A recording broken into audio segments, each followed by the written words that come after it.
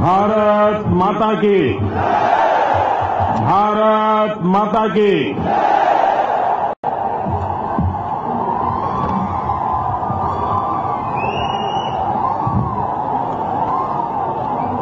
ಕರಾವಳಿ ಕರ್ನಾಟಕದ ಎಲ್ಲ ಆತ್ಮೀಯ ಬಂಧುಗಳಿಗೆ ಮೋಕೆದ नमस्कार। मंच पर विराजमान भारतीय जनता पार्टी के प्रदेश अध्यक्ष श्रीमान प्रहलाद जोशी जी, श्री अनंत कुमार, श्री येदियुरप्पा जी, जी सदानंद जी, मंच पर विराजमान पार्टी के सभी वरिष्ठ महानुभाव और विशाल संख्या में पधारे हुए प्यारे भाइयों और बहनों,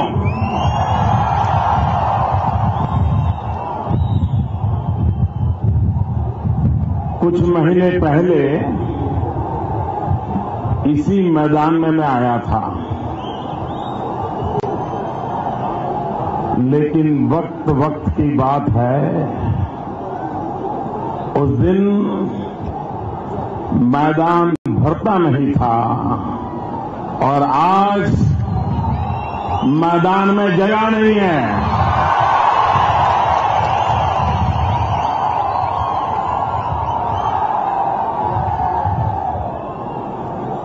एयरपोर्ट से यहां तक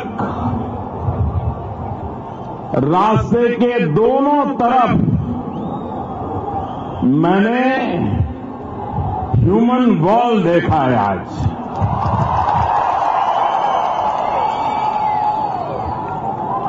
मैंगलोर के मेरे प्यारे भाइयों बहनों, आपने आज जो मुझे प्यार दिया है, आपने मुझे जीत लिया है।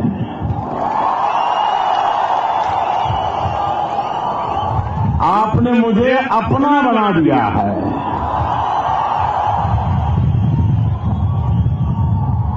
मैंगलोर के साथ और इस पूरे क्षेत्र के साथ मेरा संबंध जरूर आता था, लेकिन उसका मूल कारण था सुपारी, अड़िके।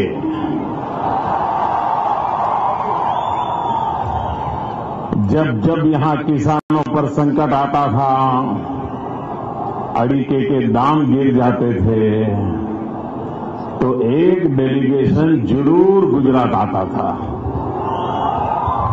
और वो कहते थे, मोदी जी कुछ आप गुजरात में करो ताकि हमारी सुपारी बिक जाए, हमारा किसान बच जाए। और भाइयों बहनों,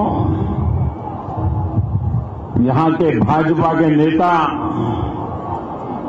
मांग करे और मैं मानूं नहीं, ये कैसे हो सकता है। और हम हर बार जो भी मदद कर सकते हैं करते रहे हैं, लेकिन भाइयों बहनों, मदद से गाड़ी कितने दिन चल सकती है। एक स्थायी सॉल्यूशन चाहिए, ऐसी नीतियां चाहिए,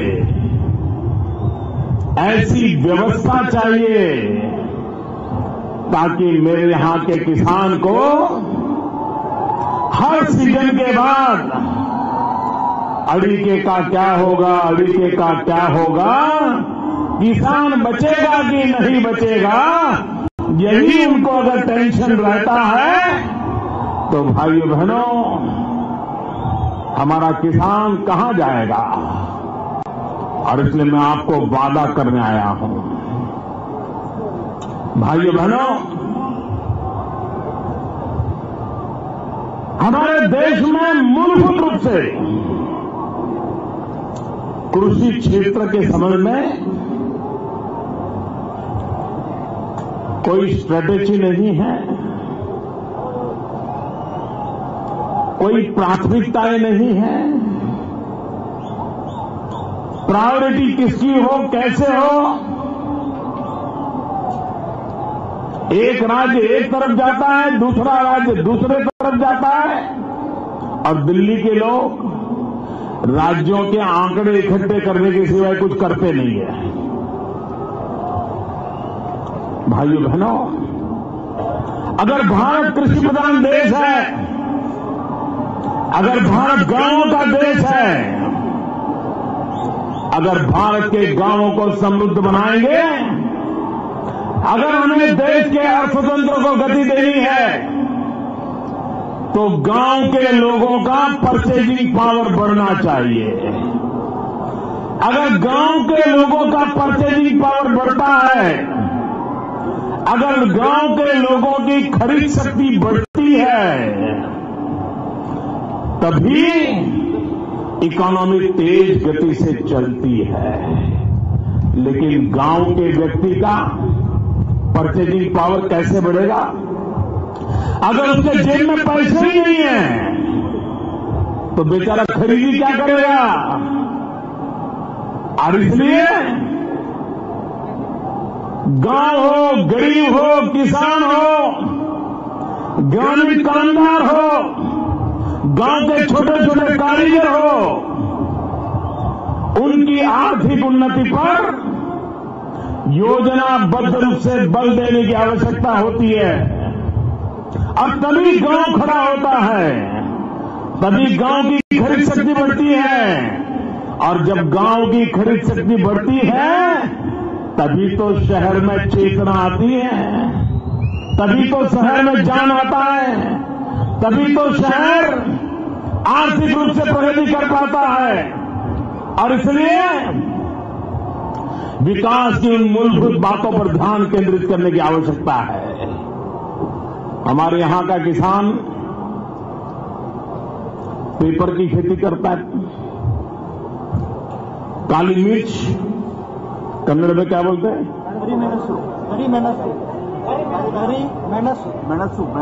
मेणतू, करी मेणतू, करी मेणसू।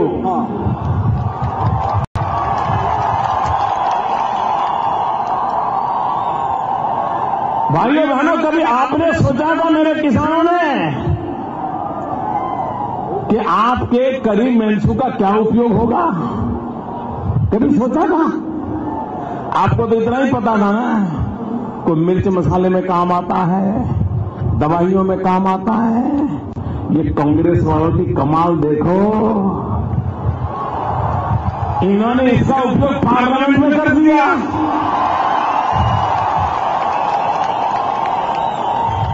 पेपर स्प्रे कर दिया, पूरी संसद खांसने लगी। ऐसा लग रहा था जैसे लोग आप पार्टी ज्वाइन कर लिया।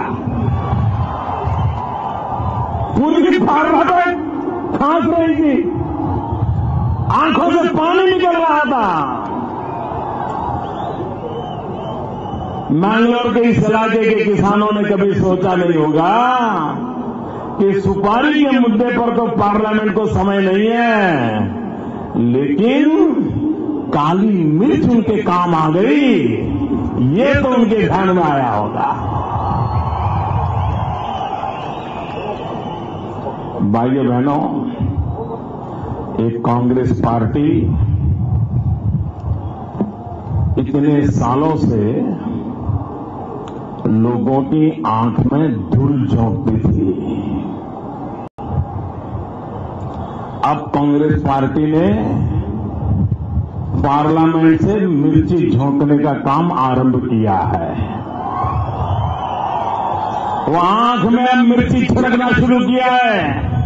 आप रोते रहो, उनके पाप देख न पाओ, उनके भ्रष्टाचार को समझ न पाओ, उनका कारोबार चलता रहे, इसी दिशा में भाई बहनों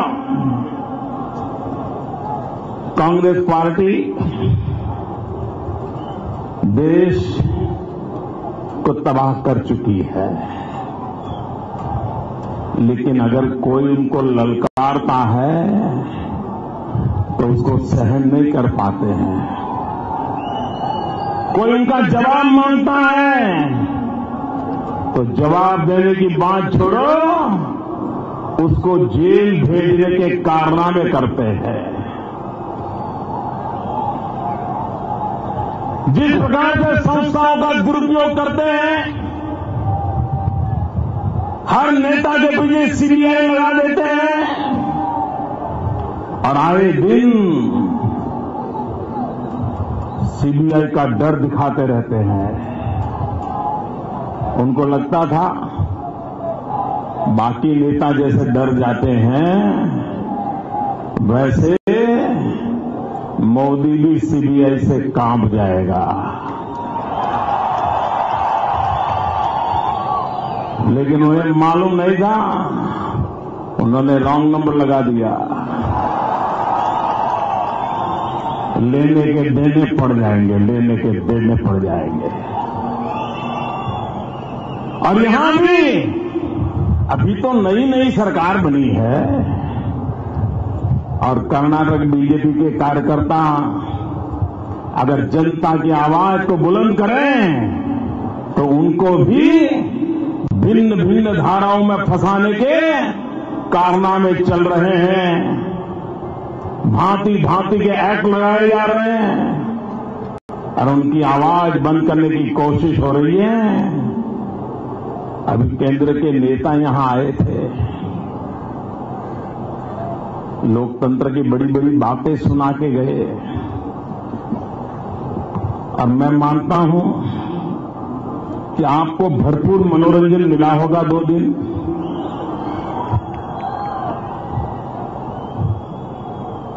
वो ये कहे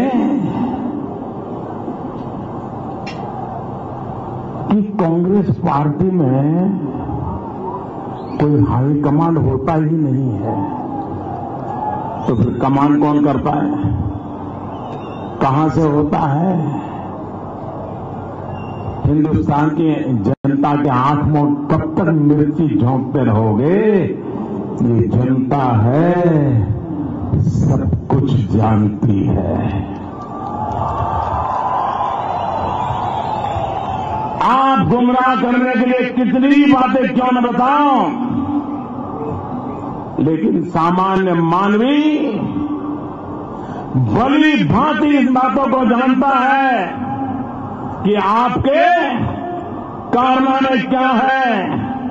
भाइयों बहनों, कांग्रेस पार्टी में लोकतंत्र का नामो निशान नहीं है। लोकतंत्र में उनका विश्वास नहीं है। लोकतांत्रिक परंपराओं को निभाना उनके स्वभाव में नहीं है। और इसलिए भाइयों बहनों, भारत जैसे दुनिया के सबसे बड़े लोकतांत्रिक देश में अगर उसका एक प्रमुख राजनीतिक दल लोकतंत्र में विश्वास न करता हो, लोकतांत्रिक परंपराओं का निर्वहन न करता हो, डंडे के जोर पर सारी दुनिया चलाता हो, तो भारत जैसे लोकतांत्रिक देश को हम न कल्पना कर सके इतना खामियाजा भुगतने की नौबत आ सकती है। इसलिए भाई बहनों, कांग्रेस की झूठी बातों को समझने की आवश्यकता है। उनके नारे, उनके वादे ये गुमराह करने वाले हैं। देश की क्या हालत करके रखी है।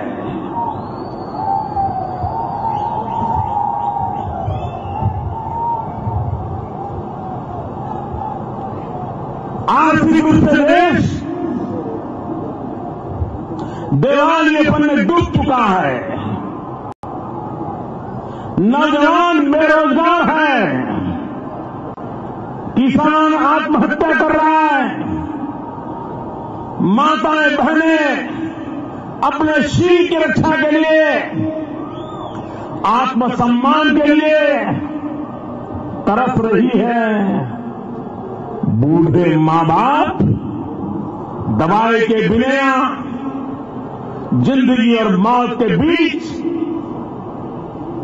गुजारा कर रहे हैं। भाइयों बहनों, हिंदुस्तान के 60 साल के इतिहास में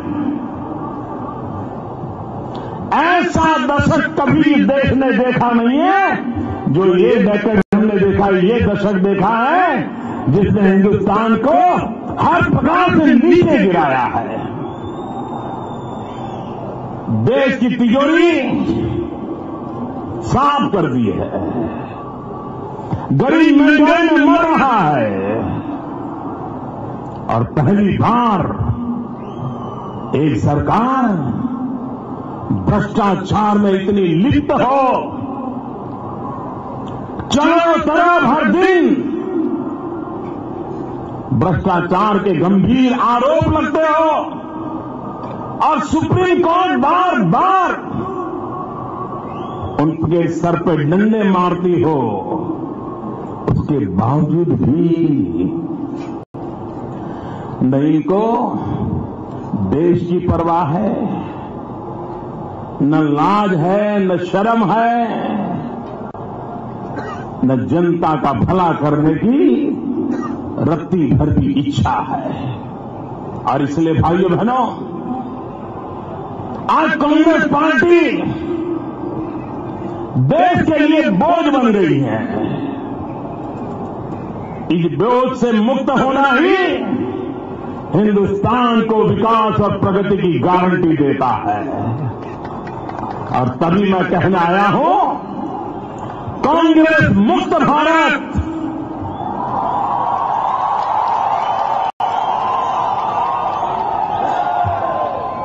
ऐसा देश, 125 करोड़ का देश, न नेता है, न नीति है और न ही कोई नियत है। भाइयों बहनों, नेता न हो, नीति न हो, नियत न हो तो ये देश कौन बचाएगा। और इसलिए भाइयों बहनों,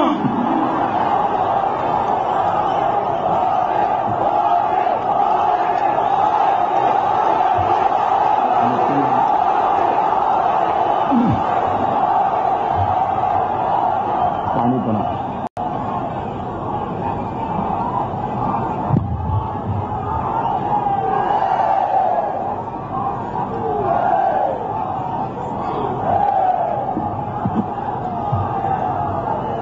भाइयों बहनों, कांग्रेस पार्टी को अपनी जिम्मेवारी का निर्वहन नहीं करना है।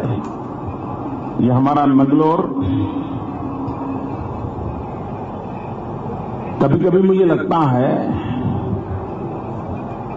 कि मैंगलोर के लोगों में ऐसी क्या ताकत है कि जिन्होंने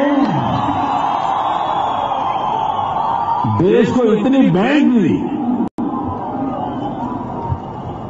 Canara bank, Karnataka bank, Vijaya bank, corporation bank, syndicated bank.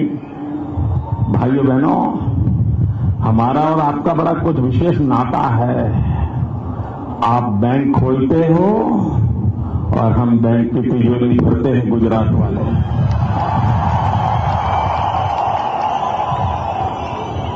आप बैंक खोलते हो, हम खाते खोलते हैं। भाइयों बहनों, इस आने वाले दिनों में विकास की रूपरेखा क्या हो, दुनिया के सब देश जिनको समुद्री तट मिलता है, वे देश वैश्विक दृष्टि से ताकतवर बनते हैं। विश्व व्यापार की सुविधा बढ़ती है, ग्लोबल एरा में पोजीशनिंग के लिए बहुत बड़ा अवसर मिलता है। लेकिन इसके लिए उन देश के चलाने वालों के पास दृष्टि होनी चाहिए। हमारे जो कोस्टल स्टेट हैं, कोस्टल डिस्ट्रिक्ट्स हैं, उनके विकास का एक विशेष मॉडल लाने की आवश्यकता है। इतने बड़े देश को एक ही चाबी से नहीं चलाया जा सकता। टेलर मेड एक ही सॉल्यूशन से इतने बड़े देश का विकास नहीं हो सकता है। और इसलिए हर राज्यों की रुचि, प्रकृति, प्रवृत्ति के अनुसार उनकी शक्ति क्या है, उनकी आवश्यकताएं क्या है,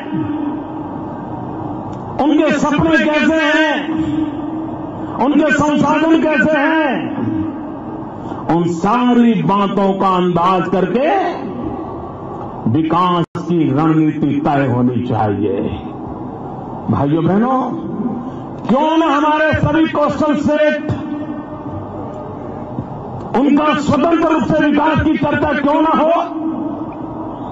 अटल बिहारी वाजपेयी जी ने सागरमाला प्रोजेक्ट की कल्पना की थी।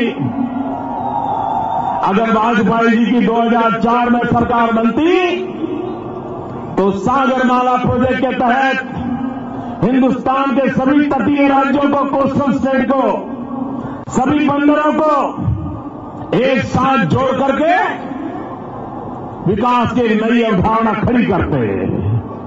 मैं जब मैंगलोर में आया हूं तब भाइयों बहनों में आपको विश्वास दिखाने आया हूं। और आप मान के चलिए, हम वादे नहीं इरादे लेकर के आए हैं। भाइयों बहनों, हम इरादे लेकर के काम करते हैं।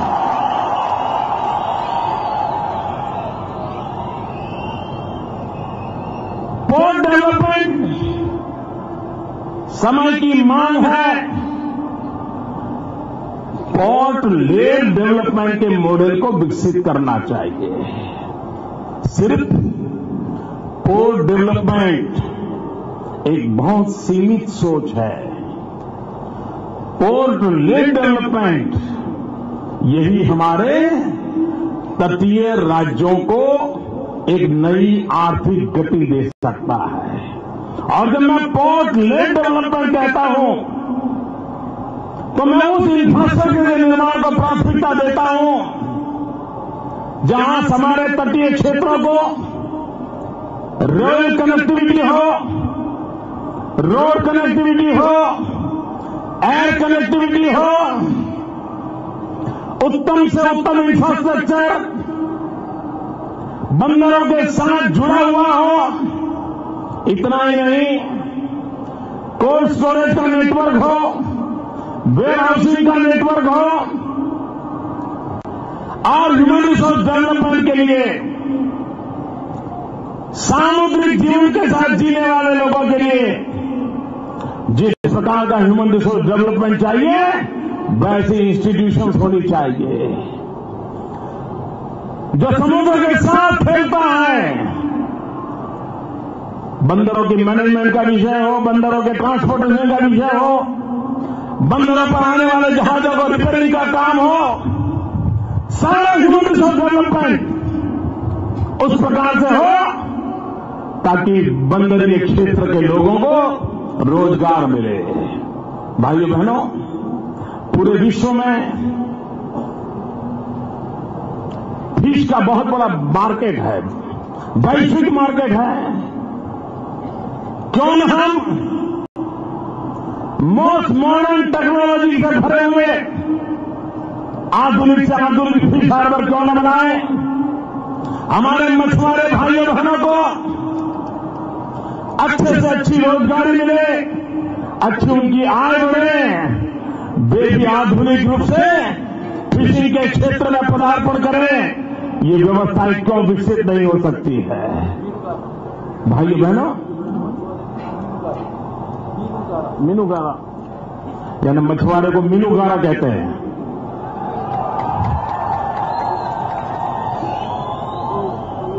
ये जो फिशिंग करने वाले लोग हैं, टेक्नोलॉजी इतनी आगे बढ़ी है कि आज हमारा मछुआरा फिशिंग के लिए जाता है, बेचारा मिट्टी का तेल जलाएगा, डीजल जलाएगा, बोट लेकर के घूमता रहता है और कहीं पर कैच मिल जाए, कैच को ढूंढता रहता है, कैच मिल जाए फिर लेकर के वापस आता है।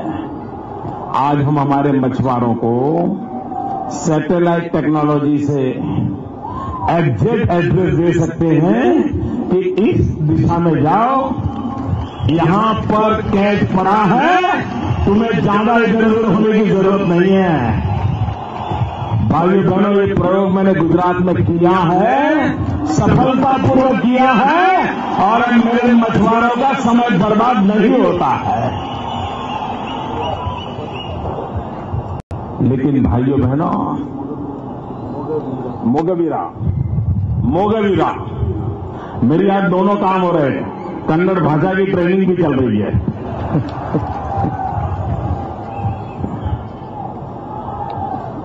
भाइयों बहनों, हमारा जो मोगवीरा है उसको एम्पावर करने के लिए हम टेक्नोलॉजी का भरपूर उपयोग कर सकते हैं। लेकिन भाइयों बहनों, इनके दिमाग में विकास की नई अवधारणाएं नहीं है। कोस्टल डेवलपमेंट के लिए एक होलिस्टिक प्लान के साथ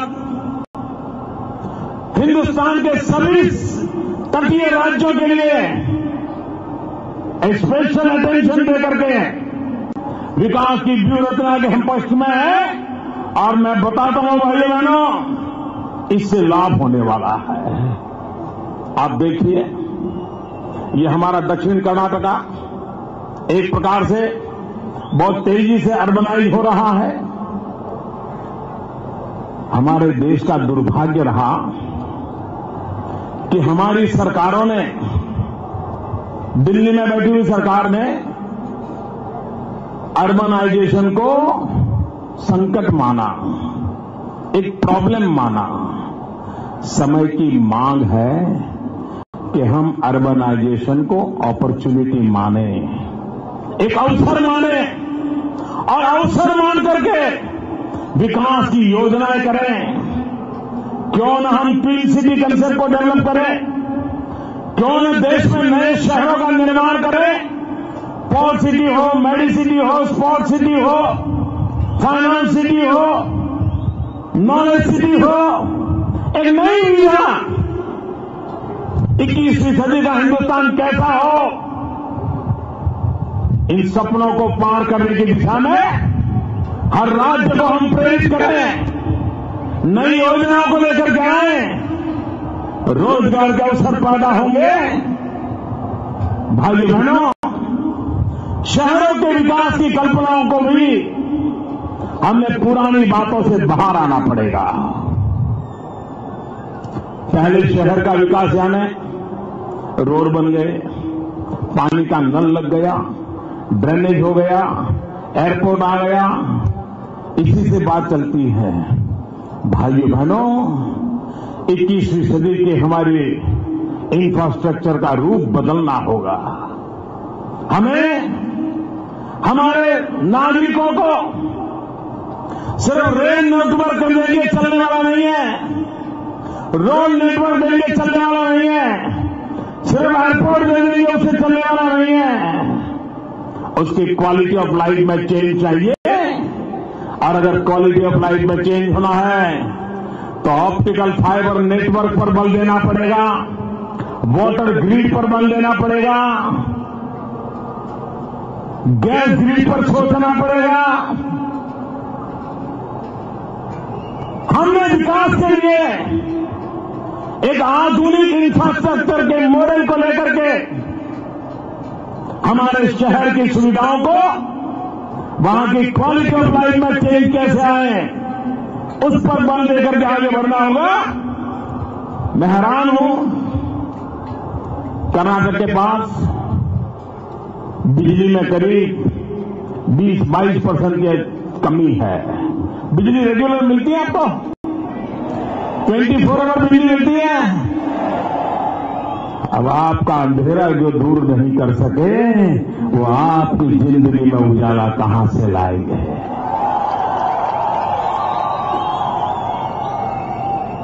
ये मुश्किल काम नहीं है मित्रों।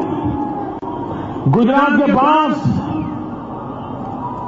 हजारों मेगावाट बिजली एक्स्ट्रा पड़ी है हमारे पास। कर्नाटक में लेने की ताकत नहीं है, और इससे बुरा क्या, और लेने को भी तैयार हो जाए तो भारत सरकार ने ट्रांसमिशन लाइन का नेटवर्क खड़ा नहीं किया है कि जिसके कारण जहां सरप्लस बिजली है, वहां से जहां बिजली नहीं है वहां बिजली पहुंचा सकेंगे। भाइयों बहनों, अगर इंफ्रास्ट्रक्चर पर एक बल दिया जाए तो आज मेरे देश को अंधेरे में रहने की नौबत नहीं आएगी। उसकी आवश्यकताओं की पूर्ति हो सकती है और ये काम हो सकते हैं।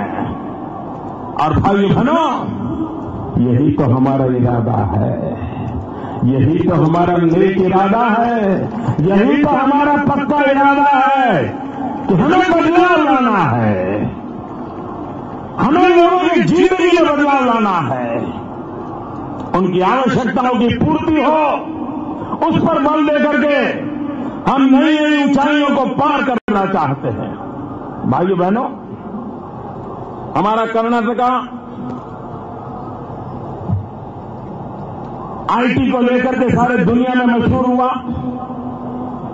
हमारे 18, 20 साल, 22 साल, 25 साल के नौजवानों ने उंगलियों पर दुनिया को नचाने की ताकत पैदा कर दी। कंप्यूटर पर उंगलियां घुमाते हैं, पूरा विश्व नाचने लग जाए, ये सामर्थ्य हमारे नौजवानों में है। एक जमाना था हम लोग माउस चरमर थे, हम स्नेक चरमर थे, आज हम माउस चरमर बन गए।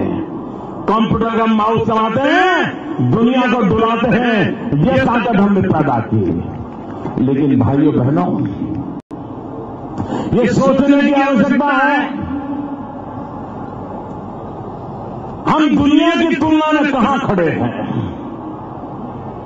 आप देखिए, आईटी में हमारी इतनी ताकत थी, लेकिन सही नीतियों के अभाव में, सही सोच के अभाव में, रिसर्च एंड डेवलपमेंट के लिए जो बल देना चाहिए वो हमारी प्राथमिकता नहीं होने के कारण आईटी सेक्टर में एक ठहराव आ गया, स्टेगनेंसी आ गई।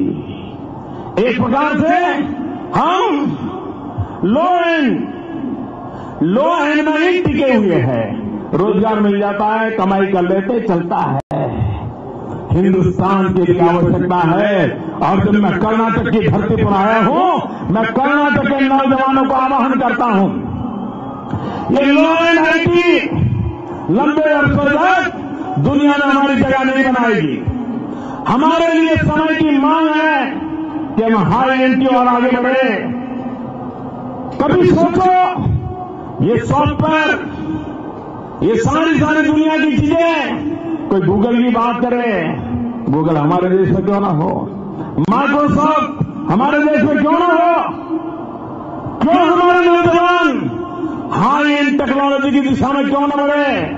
और इसलिए भाइयों बहनों, research and development, incubation centres, innovation, research, हमारे नौजवानों को अवसर देने की आवश्यकता है। और अगर हम अवसर देंगे, अगर हम ये आईटी सर्विसिंग में रह गए, कॉल सेंटर चलाते रह गए, हम आउटसोर्स किए हुए जॉब पर करते रह गए, तो समय आएगा हम इस पूरे क्षेत्र से बाहर हो जाएंगे। इस गंभीरता को समझना चाहिए। और इंफॉर्मेशन टेक्नोलॉजी के कारोबार से हाई एंड की तरफ आगे बढ़ने की दिशा में हम सपना देखते हैं। और मैं नौजवानों को विश्वास देता हूं, मैं बदली हुई सोच वाला इंसान हूं।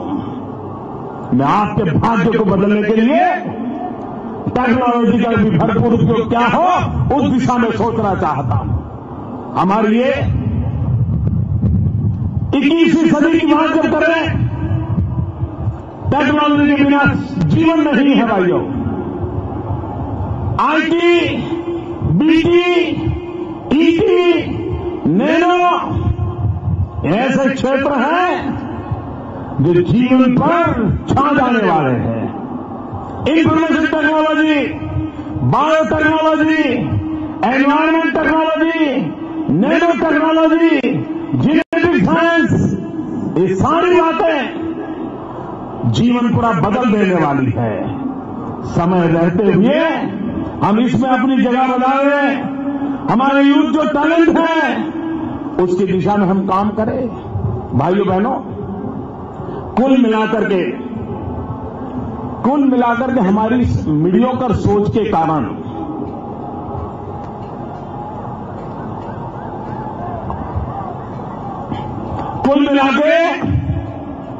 हमारी मीडियोकर सोच के कारण हमारी हर चीज में हम लीड नहीं कर पा रहे हैं।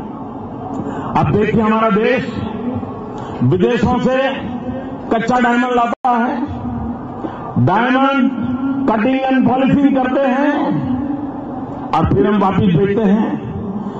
हम टैलेंट एक्सपोर्ट नहीं करते हैं, हम लेबर एक्सपोर्ट करते हैं। जब तक हम लेबर प्लस टैलेंट को एक्सपोर्ट नहीं करते, तब तक हम वैल्यू एडिशन करके दुनिया के हम ज्यादा कमाई नहीं कर सकते। और इसलिए भाइयों बहनों, भारत सरकार की नीतियां क्या होनी चाहिए? क्या हमने सिर्फ डायमंड का कटिंग और पॉलिशिंग मजदूरी करते रहना है कि हम ज्वेलरी की दुनिया में अपना डंडा जमाएं, हम जेम्स एंड ज्वेलरी में अपनी जगह बनाएं, हमारे नौजवानों के कौशल्य का उपयोग करें और दुनिया में जेम्स एंड ज्वेलरी के मार्केट को कब्जा करें? ये सिर्फ कटिंग और पॉलिशिंग की मजदूरी वहां पर अटकने से दुनिया चलने वाली नहीं है। और इसे मैं कहता हूं, ये लो एंड सोच है, उसको हाई एंड एक्टिविटी की तरफ ले जाने की जरूरत है। भाइयों बहनों, टूरिज्म एक महत्वपूर्ण क्षेत्र है। इतना बड़ा देश, विविधताओं से भरा हुआ देश, दुनिया का कोई टूरिस्ट आए, एक डिस्ट्रिक्ट में जाए ना तो महीने भर देखता ही रह जाएगा, फिर भी देखना पूरा नहीं होगा, इतनी ताकत हमारे पास पड़ी है। लेकिन हमने देखा है हिंदुस्तान में टूरिस्ट कौन आता है? लो कॉस्ट टूरिस्ट आता है, हाई बल्क टूरिस्ट आता है। संख्या में तो ज्यादा आते हैं, लेकिन रुपये खर्चने की ताकत नहीं होती है। ऑटो रिक्शा में जाने की हिम्मत नहीं है, वो पैदल रिक्शा पे चला जाता है, रुपये खर्च नहीं करता है। अगर हम हमारे टूरिज्म को अगर उस ऊंचाई पर ले जाने पर सोचें कि हम ये low cost tourist, high bulk tourist, उसके बजाय ये चलता रहे, इसको बंद करने की आवश्यकता नहीं है, लेकिन हम हिंदुस्तान में हाई कॉस्ट टूरिस्ट को कैसे लाएं? दुनिया के समृद्धि वाले लोग हिंदुस्तान देखने के लिए प्रेरित कैसे हो? उनको लाने के लिए हमारे क्या इंफ्रास्ट्रक्चर हो, हमारा अप्रोच क्या हो, ये बदलाव लाने की आवश्यकता है। और तभी जाकर के हम सच्चे अर्थ में टूरिज्म सेक्टर में भी दुनिया में अपना नाम कमा सकते हैं। भाइयों बहनों, हम कॉटन ग्रोवर कंट्री है, एक प्रकार से हम कॉटन प्रोडक्ट करते हैं। टेक्सटाइल की दुनिया में हिंदुस्तान का नाम हुआ करता था। ढाका का मलमल एक जमाने में जब भारत एक था, विश्व में उसकी गिनती होती थी। लेकिन भाइयों बहनों, क्या कारण है कि रेडीमेड गारमेंट में छोटे छोटे देश, कोरिया हो, ताइवान हो, बांग्लादेश हो, छोटे छोटे देश हमसे आगे निकल गए। पूरे विश्व में रेडीमेड गारमेंट का मार्केट पड़ा हुआ है, लेकिन हम उस दिशा में कुछ कर नहीं पा रहे हैं। क्यों? हमारी सारी सोच वो मीडियोकर होने के कारण। हम छोटे छोटे कपड़े बना लेते, थोड़ा बहुत बिक गया। क्यों न हमारा देश zero defect manufacturing, global market हमारा एस्पिरेशन, इस मिजाज से अगर हम उस दिशा में चले तो हम आर्थिक रूप से भी एक बहुत बड़ा बदलाव और रेडीमेड गारमेंट का क्षेत्र ऐसा है, टूरिज्म का क्षेत्र ऐसा है कि जिसमें गरीब से गरीब व्यक्ति को रोजगार मिलता है। गरीब से गरीब व्यक्ति उस काम को कर सकता है। लेकिन हमारी ये मीडियोकर सोच में एक नई ऊंचाई पर देश को ले जाने के लिए जिस ताकत के साथ आगे बढ़ना चाहिए, बढ़ने का प्रयास नहीं किया है। भाइयों बहनों,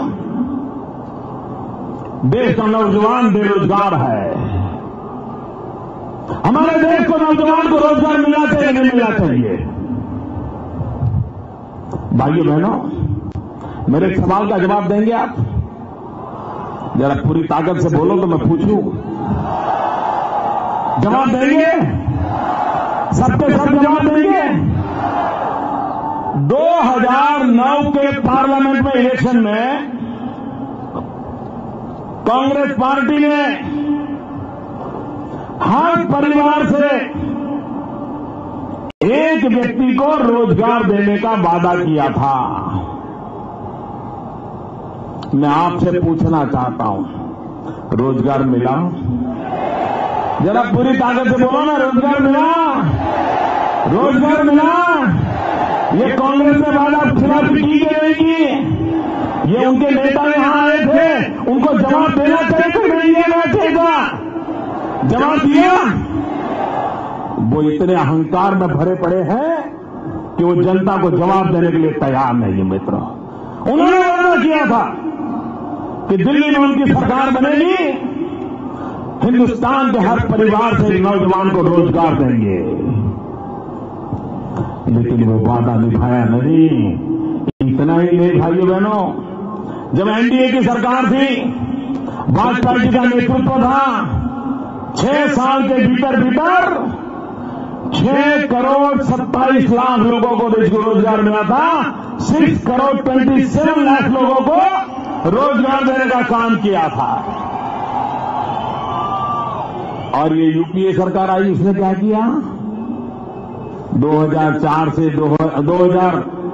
2014 तक उन्होंने सिर्फ 27 लाख लोगों को रोजगार दिया है। 27 लाख लोगों को।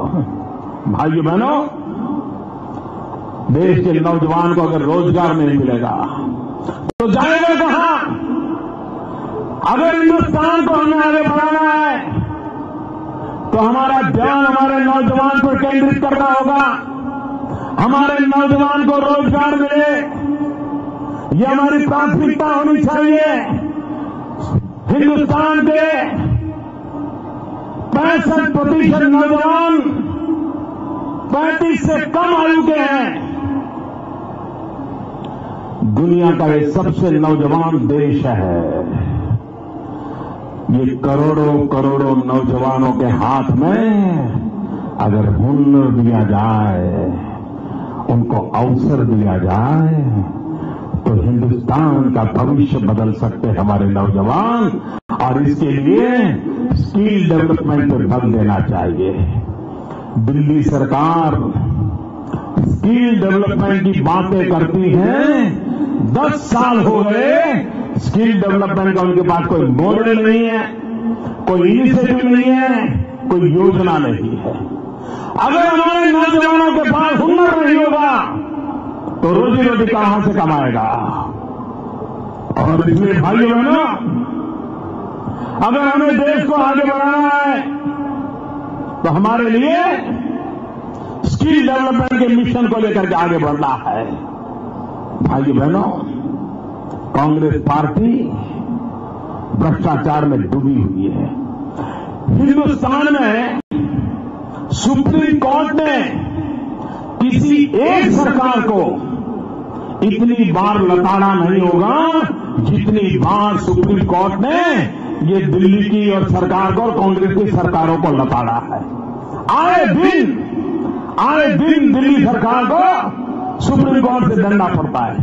किसी न किसी भ्रष्टाचार के काम में दिल्ली सरकार के लोग डूबे हुए हैं।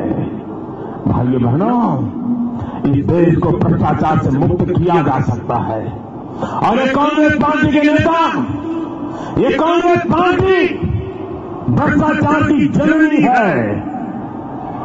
जब तक हम कांग्रेस से मुक्ति नहीं पाते, भ्रष्टाचार से मुक्ति नहीं मिलेगी। और इसलिए भाइयों बहनों, आज मैं आपसे अनुरोध करने आया हूं, भारत के विकास के लिए मैं आपसे वोट मांगने के लिए आया हूं। और इसलिए भाइयों बहनों, मेरे साथ कुछ नारे बोलेंगे आप, पूरी ताकत से बोलेंगे। देखिए, 2014 का चुनाव ये सिर्फ किसी को सत्ता पे बिठाने का चुनाव नहीं है। 2014 का चुनाव एक नई आशा लेकर के आया है, एक नया भरोसा लेकर के आया है, एक नया उमंग लेकर के आया है। और इसलिए भाइयों बहनों, 2014 के बाद हिंदुस्तान एक नई ऊंचाइयों पर जाने का प्रारंभ कर देगा। इस विश्वास के साथ इस चुनाव के मैदान में हमें उतरना है। और मुझे भी भाइयों बहनों, व्यक्ति से बड़ा दल होता है, दल से बड़ा देश होता है। और इसलिए हमें इस चुनाव देश के लिए लड़ना है। ये चुनाव में देश के लिए वोट करना है, न किसी व्यक्ति के लिए करना है, न किसी दल के लिए करना है। इस बार का चुनाव देश के लिए वोट करना है भाइयों। और इसलिए मैं नारा बुलाता हूं, आप मुझे जवाब में बोलेंगे वोट फॉर इंडिया। दोनों मुट्ठी बंद करके आप लोग पूरी ताकत से बोलेंगे वोट फॉर इंडिया। वंशवाद से मुक्ति के लिए, वंशवाद से मुक्ति के लिए, भाई भतीजेवाद की मुक्ति के लिए, भ्रष्टाचार से मुक्ति के लिए, भ्रष्टाचार से मुक्ति के लिए, महंगाई से मुक्ति के लिए, कुशासन से मुक्ति के लिए, देश की रक्षा के लिए, जन जन की सुरक्षा के लिए, रहने के लिए घर के लिए, खाने के लिए अन्न के लिए, बीमार को दवाई के लिए, दरिद्र नारायण की भलाई के लिए, शिक्षा में सुधार के लिए, युवाओं को रोजगार के लिए, नारी के सम्मान के लिए, किसानों के कल्याण के लिए, स्वावलंबी भारत के लिए, शक्तिशाली भारत के लिए, समृद्धिशाली भारत के लिए, प्रगतिशाली भारत के लिए, एकता अखंडता के लिए, एक भारत श्रेष्ठ भारत के लिए, सुशासन को पाने के लिए, देश के विकास के लिए, भाइयों बहनों, देश के विकास के लिए वोट देना है। वोट बैंक की राजनीति से ऊपर उठ के विकास की राजनीति के रास्ते पर चलना है। और इसलिए भाइयों बहनों, मुझे आपका समर्थन चाहिए, मुझे आपका आशीर्वाद चाहिए। और मैंने पहले ही कहा, आज आपने इतना प्यार दिया है, आपने मुझे जीत लिया है। भारत माता की, भारत माता की, वंदे वंदे वंदे। दो मुट्ठी बंद करके पूरी ताकत से बोलो भाइयों, वंदे वंदे वंदे वंदे वंदे। ಸನ್ಮಾನ್ಯ ಮೋದಿಜಿಯವರಿಗೆ ಧನ್ಯವಾದಗಳು. ಸನ್ಮಾನ್ಯ ಮೋದಿಜಿಯವರು बोलो भारत माता की, बोलो भारत माता की, हर हर मोदी, हर हर मोदी, बोलो भारत माता की। सम्मान्य मोदी ಮೋದಿಜಿಯವರು ಈ ವೇದಿಕೆಯನ್ನು ಬಿಟ್ಟು ತೆರಳುವವರೆಗೆ ತಾವು ತಮ್ಮ ತಮ್ಮ ಸ್ಥಳವನ್ನು ಬಿಟ್ಟು ತೆರಳಬಾರದಾಗಿ ವಿನಂತಿಯನ್ನು ಮಾಡಿಕೊಳ್ತಾ ಇದ್ದೇವೆ. ಇದೀಗ ಕಾರ್ಯಕ್ರಮದ ಒಂದನೇ ಅರ್ಪಣೆ ಜಿಲ್ಲಾ ಪ್ರಧಾನ ಕಾರ್ಯದರ್ಶಿ ಸಂಜೀವ್ ಮಠಂದೂರಿಗರಿಂದ ಮೊನ್ನೆ ಲಿಸ್ಟ್ ಮಾಡಿದ್ದಾರೆ ಅವ್ರಿಗೆ ಕೆಲಸ. ದಯವಿಟ್ಟು ತೆರಳುವಾಗ ಕೂಡ ಮೈದಾನ ಬಿಟ್ಟು ತೆರಳುವಾಗ ಕೂಡ ಸಾವಕಾಶವಾಗಿ ತಾವುಗಳು ನಿಧಾನವಾಗಿ ತೆರಳಬೇಕಾಗಿ ವಿನಂತಿಯನ್ನು ಮಾಡಿಕೊಳ್ತಾ ಇದ್ದೇವೆ. ಇದೀಗ ಧನ್ಯವಾದ ಶ್ರೀ ಸಂಜೀವ್ ಮಠಂದೂರಿಗರಿಂದ.